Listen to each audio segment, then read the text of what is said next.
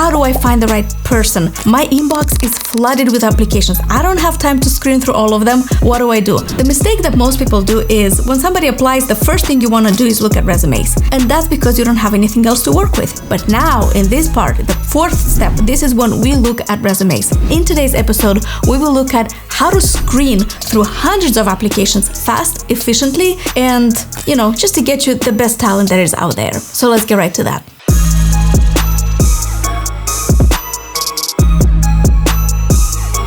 Since you clicked on this episode, I guess you are in the process of hiring the right teammate. Maybe it's a virtual assistant, maybe it's an employee for your company. And you came here to get some answers. How do I find the right person? My inbox is flooded with applications. I don't have time to screen through all of them. What do I do? Welcome to this episode of the show Built with VAs. I'm your host Valentina Brega, and in today's episode, we will look at how to screen through hundreds of applications fast, efficiently, and just to get you the best talent that is out there. So let's get right to that. If you know a little bit about our company, I am the owner of HireTrainVA. We hire and we train virtual assistants for businesses. And you can imagine that we have so many applicants, so many candidates sending out resumes, sending out tests and everything. I have a whole team buzzing and working very hard just to find those 2-3 good candidates out of hundreds of people that we interview. I'll let you on a little bit of a secret. The majority of people that apply to work with us are not good enough for our company. So we have to be very tough on our screening process, and I'm going to share exactly with you what we look at, and this is where the fun begins. Now when people apply, not how to put a job ad, because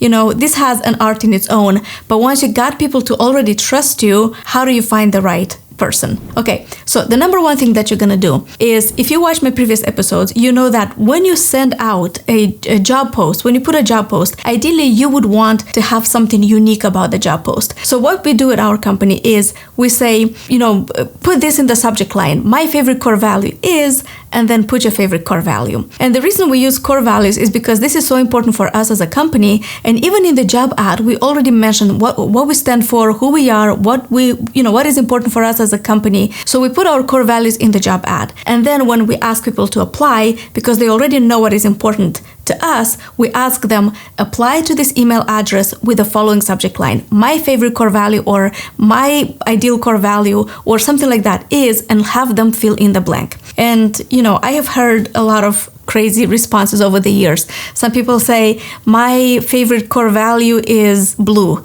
or orange. So that kind of tells me that one, that person is not detail oriented, or two, maybe their English is not good enough. So I'm not even going to look at those applications. So the number one thing that we do when we have tons and tons of applicants is, first of all, to see who really followed our instructions from the job ad. And we immediately delete everyone else who did not follow the instructions very carefully. So you go from this pool of people to maybe this pool of people, because the majority will actually follow your instructions. But here's the thing, don't give people second chances. You might be tempted. You might be like, well, maybe they misunderstood. What if I'm missing out on a very good candidate because I'm not opening that email? Trust me, you don't want to do this. I wouldn't give people a second chance. I want people who want this job. I want people who double check, triple check. I want that attention to detail. Because I know when I applied to jobs, when I was looking for jobs, I was doing the exact same thing.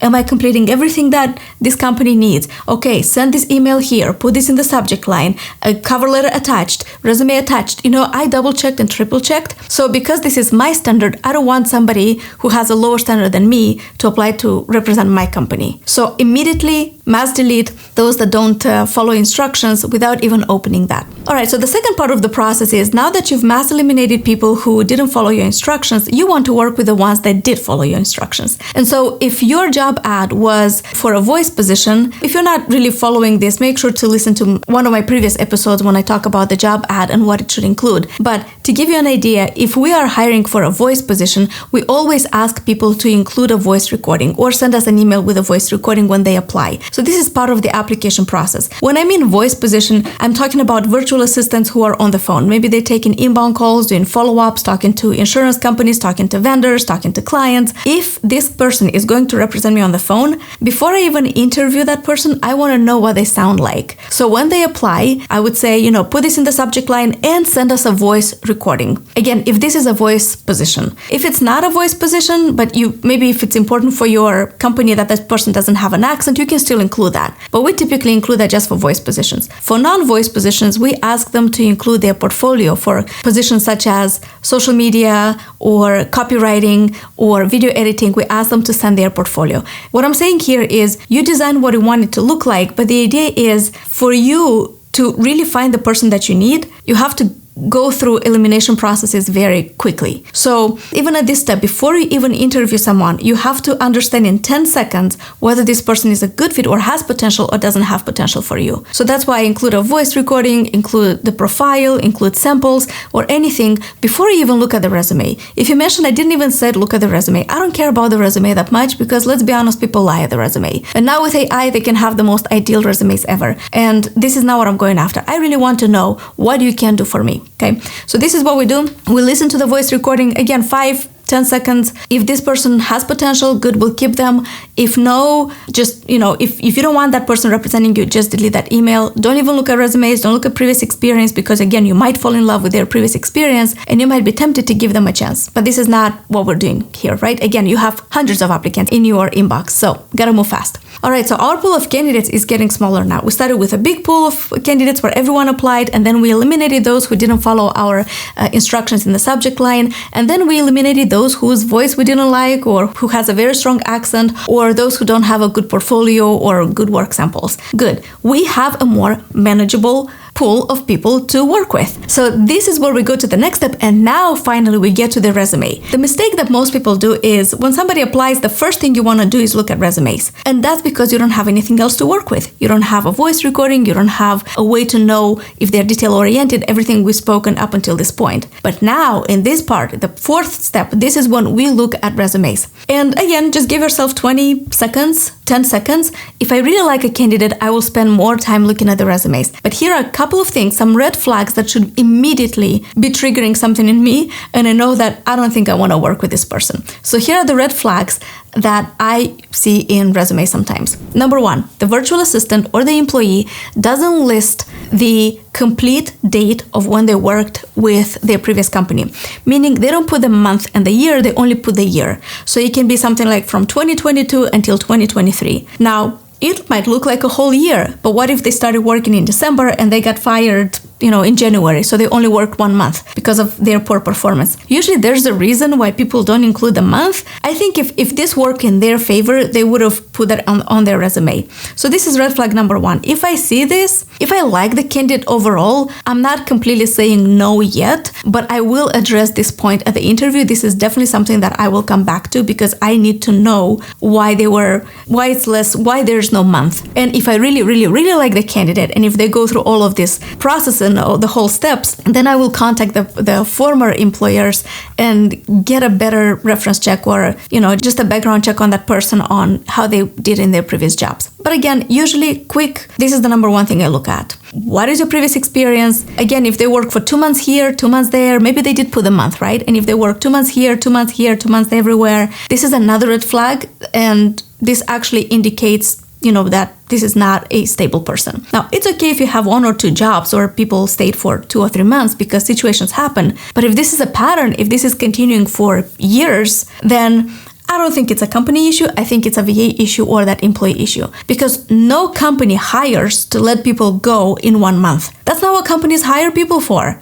I hire people because I see a potential in you, because I see an investment in you, because I want you to grow with me and I want you to help me grow. And if I let someone go in 1 month or 2 months, that means you did not give me what I was hoping for. And again, it can happen once or twice, 1 or 2 companies, but not a pattern, not for years. And speaking of the timeline, another red flag that I see is overlapping of the times that virtual assistant work for companies. So for example, I see somebody worked from January 2023 until April 2023 in one job. And then the other job was from March 2023 until, maybe even 2024. But why was there an overlap between February, March, or March, April? Why is there an overlap in the resume? My initial reaction is thinking, is this why the VA was let go? Because he or she was having 2 or 3 or multiple clients and they could not focus, they could not do a good job in one of them. Because it happens. When your attention is distracted, you don't do a good job everywhere, especially if you're hiring people to work for you full time. So to me, this is a red flag. I don't like it. Now, there could be a lot of factors, right?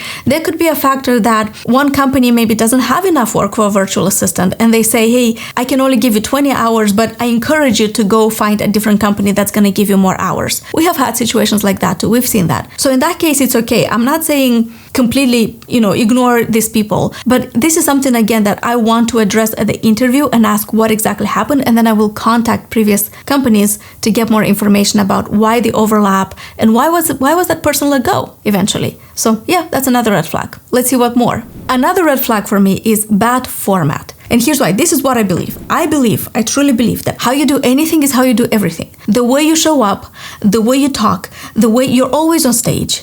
So if a person has very high standards, they wouldn't accept something mediocre. So especially if this is something like a resume, when you apply for a job, this is your face card. This represents you. So if you have a bad resume, this usually tells me that you might be bad at your job. I might be biased, but look, we live in an era now where there's AI, where there's a lot of information online. There's literally no excuse for a candidate to have a bad-looking resume. And if they do have a bad-looking resume, that means they're not resourceful. You don't have to be a designer. You don't have to know everything. There's templates for free available in so many places. There really is no reason for people to show up with a bad resume. They're not resourceful. They don't care, so they're careless. And again, how you do anything is how you do everything. So this probably tells me that you're not going to do a good job for the role I'm hiring you for. Immediately let go of these people, even if on paper it looks like they have the right skills.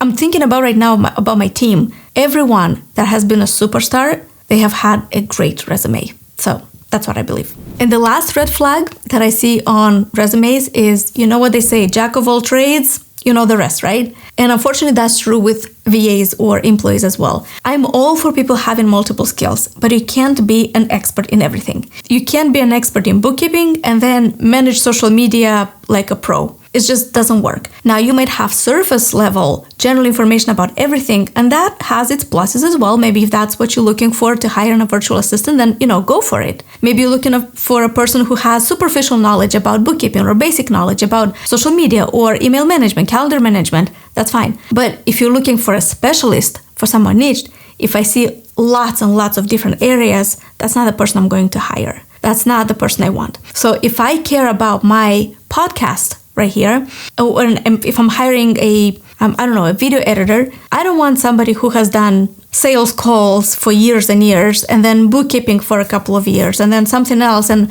by the way, now I'm passionate about video editing. It's just not something that would work for me. I need somebody who lives and breathes video editing. I need somebody who understands cuts and different elements and music and emotion and who, that's what I'm looking for. So jack of all trades, if that's not what I need, I'm not going to hire that person. And also, if you're a virtual assistant listening to this, please tailor your resume to that specific job. I have done other jobs too. I have done sales. I'm leading a business. So if I apply to an admin assistant position or executive assistant position, I am sure that I could put all my transferable skills into that role. But tailor it. Understand what the company needs and showcase your best ability, how you can bring value. Don't talk about everything you've done. It doesn't look that good. Okay, and we are now at the final part. So let's go back to our funnel. Lots of candidates, hundreds of applications in our inbox. We eliminated the ones who didn't follow our subject line. Then we eliminated the ones who didn't have a good voice recording or sample or portfolio. Then we eliminated the ones who didn't have a good resume and had a ton of red flags. What's next? Next is the interview, right?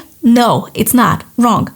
Next is skill test. Put them to a test and understand what they can do for you before you even spend time at interviewing people. Why? It's not just because you're spending too much time, but also because people will impress you at their interviews. They will say the right thing. They know the tools to use. We can ask them, what tools will you use for that? They will tell you the right tools. You ask them, how do you do this? They will tell you how they do this. But until you actually work with a person, until you actually see how their work applies to your product or service, you will not know whether that person is good. So put them to a little test. I have a previous episode here when I talk about different tests you can do for, I give 10 positions and what test you can give, whether it's an executive assistant, whether it's videographer, whether it's content writing, whether it's social media.